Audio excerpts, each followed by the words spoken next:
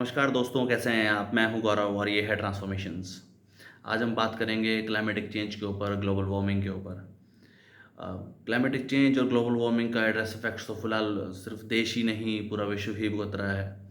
अभी रिसेंटली मुंबई में, बेंगलुरु में, चेन्नई में, गुरुग्राम में एक्सेसिव रेन्स हुई, बहुत ज़्यादा फ्लड्स जैसी कंडीशन हुई। बेंगलुरु में भी सब जगह पानी भर गया, लोगों के घरों में पानी भर गया, ट्रैफिक अस्त व्यस्त हो गया, चौक हो गया सिस्टम।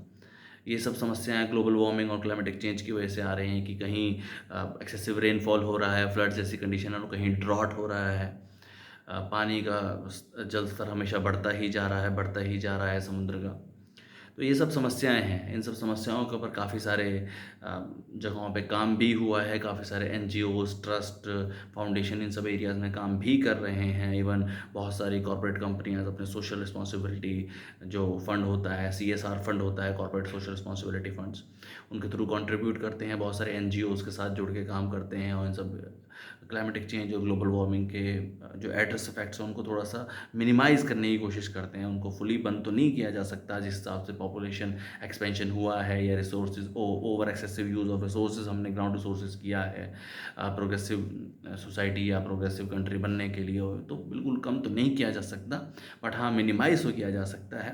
बट वो ओवरऑल वो एक सक्सेसफुल सॉल्यूशन नहीं हो पाया है, क्योंकि एनजीओज़ के पास अपना खुद का ही, या ट्रस्ट के पास या फाउंडेशन के पास अपने पास खुद का ही फाइनेंशियल क्राइसिस है। उनके पास प्रॉपर टीम नहीं है, प्रॉपर रिसर्च एनालिसिस डेटा नहीं है, कंप्लीट एफिशिएंट टीम नहीं है, और वो सब कुछ ये नहीं कर पा रहे।